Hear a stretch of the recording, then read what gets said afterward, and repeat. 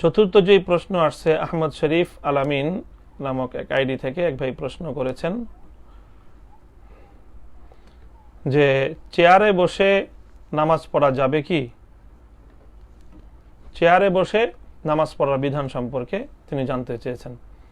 প্রিয় দর্শক, চেয়ারে বসে নামাজ পড়ার বিষয়টি বর্তমানে বহুল আলোচিত এবং ব্যাপকভাবে প্রচলিত একটি বিষয় হয়ে দাঁড়িয়েছে। এই বিষয়ে আমাদের দুটি বিষয় জেনে নিলে আমরা বিষয়টি পরিপূর্ণভাবে আয়ত্ত করতে পারব। প্রথম হলো, যে ব্যক্তি দাঁড়িয়ে নামাজ পড়তে অক্ষম হয়, এমনিতে দাঁড়িয়ে নামাজ পড়া ফরজ, নামাজের মধ্যে কওমা এটি একটি ফরজ বিধান। তবে হ্যাঁ, যদি কেউ দাঁড়াতে অক্ষম হয়ে যায় তাহলে তার জন্য বসে নামাজ পড়ার বিধান রয়েছে।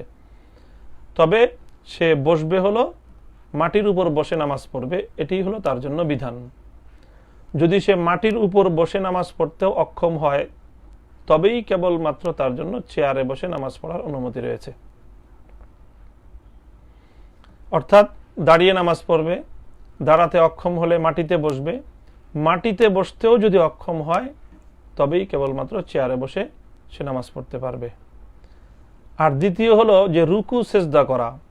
যদি কেউ রুকু সেজদা সরাসরি মাটির উপর করতে পারে তো মাটির উপর রুকু সেজদা করবে, আর মাটির উপর রুকু সেজদা করতে না পারলে ইশারায় রুকু সেজদা করে সে তার নামাজ আদায় করবে। কাজেই যদি কেউ মাটির উপর বসে রুকু সেজদা করে নামাজ আদায় করতে সক্ষম হয় তাহলে তার জন্য চেয়ারে বসে ইশারায় রুকু সেজদা করে নামাজ আদায় করা শুদ্ধ হবে না।